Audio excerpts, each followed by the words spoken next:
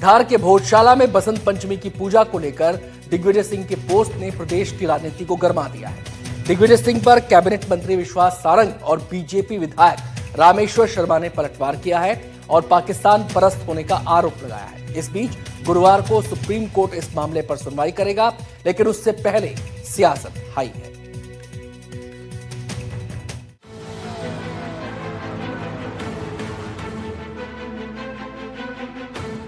इस बार बसंत पंचमी और शुक्रवार एक ही दिन पड़ रहा है, जिससे भोजशाला में पूजा और नमाज को लेकर सियासत गर्मा गई है।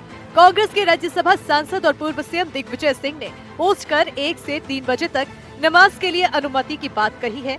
उन्होंने साल 2003, 2013 और 2016 में जारी ASI आदेशों का हवाला दिया।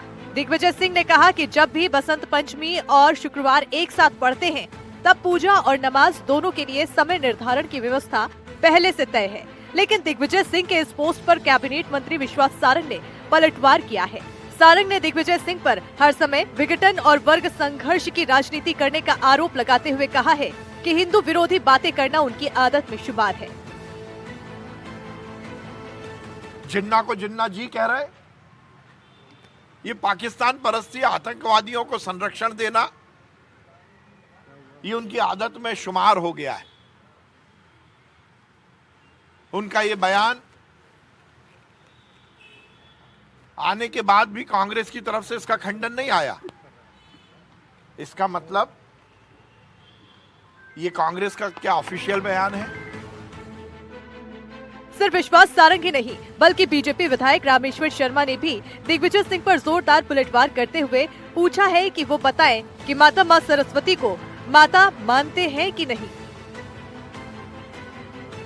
देखिए, मैं दिग्विजय सिंह जी से आग्रह पूर्वक कहना चाहता हूं कि दिग्विजय सिंह जी पहले 2 प्रश्नों का उत्तर दें। पहले तो ये माने कि बताएं कि वो राजा भोज परमार वंश में हुए कि नहीं हुए। अगर राजा भोज परमार वंश में हुए और भोज का जन्म हिंदुस्तान में हुआ, तो राजा भोज ने ही भोजशाला का निर्माण किया, और भोजशाला का जब राजा भोज ने निर्माण किया तो राजा भोज की और परमार वंश की कुलदेवी माँ सरस्वती है, और माँ सरस्वती उसमें विराजमान है। तो दिग्विजय सिंह जी माँ सरस्वती को माता मानते हैं कि नहीं मानते? भोज के जन्म मानते हैं कि नहीं मानते? परमार वंश की कुलदेवी मानते हैं कि नहीं मानते? एक तरफ भोजशाला की बसंत पंचमी पर पूजा और नमाज पर सियासत हो रही है, तो दूसरी तरफ हिंदू फ्रंट फॉर जस्टिस के वरिष्ठ अधिवक्ता विष्णु शंकर जैन की ओर से बसंत पंचमी पर सूर्योदय से सूर्यास्त तक बिना रुकावट पूजा की अनुमति को लेकर दायर याचिका को सुप्रीम कोर्ट ने स्वीकार कर लिया है। इस याचिका पर गुरुवार यानी 22 जनवरी को सुनवाई होगी। सुप्रीम कोर्ट का ये फैसला 23 जनवरी को भोजशाला में पूजा की अंतिम व्यवस्था तय करेगा। वरिष्ठ अधिकारी के निर्देशन में अलग अलग सेक्टर्स, अलग अलग जोन इसमें काम करेंगे। पहले भी मैं बोल चुका हूँ कि सोशल मीडिया पे हमारा बहुत ही अलर्टनेस के साथ हम उसको वॉच कर रहे हैं, देख रहे हैं। अगर कोई इसमें गलत तरीके का कोई भी मैसेज डालता है तो इसके खिलाफ कार्रवाई होगी। मेरी अपील यही है कि कोई भी र्यूमर पे ध्यान नहीं दें, शांतिपूर्ण ढंग से हम ये आयोजन कराने में सफल होंगे, ऐसा हमारा पूरा विश्वास है। प्रशासन का मकसद है किसी भी अप्रिय स्थिति को रोका जाना और शांतिपूर्ण माहौल सुनिश्चित करना, और उसी के तारतम्य जो है यहाँ पे पुलिस बल बुलाया गया है, उनकी ड्यूटी लगाई गई, और आप देख सकते हैं यहाँ पर तकरीबन 8000 की संख्या में पुलिस बल तैनात है और उन्हें अपनी ड्यूटियां समझाई जा रही। इस बीच आईजी कमिश्नर भी जो है समय समय पर यहाँ आ रहे हैं, निरीक्षण कर रहे हैं, व्यवस्थाओं का जायजा ले रहे हैं।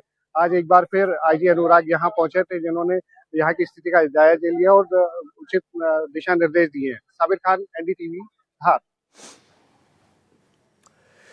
तो चलिए अब आपको बताते हैं सुप्रीम कोर्ट में जो याचिका दाखिल की गई है उसमें क्या मांग की गई है। हिंदू पक्ष ने सुप्रीम कोर्ट में याचिका लगाई है। बसंत पंचमी पर अखंड सरस्वती पूजा की मांग इस याचिका के जरिए की गई है। सुप्रीम कोर्ट ने याचिका को स्वीकार कर लिया है। 22 जनवरी को इस मामले की सुनवाई होगी।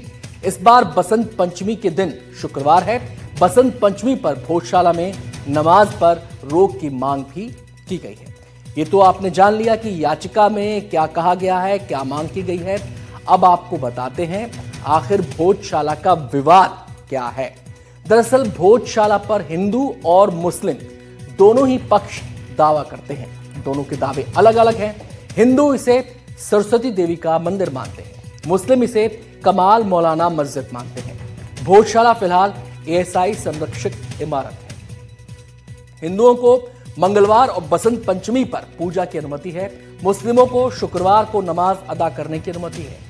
लेकिन सवाल यह है कि आखिर ये विवाद शुरू कैसे हुआ, तो उसके लिए आपको भोजशाला का इतिहास समझना होगा।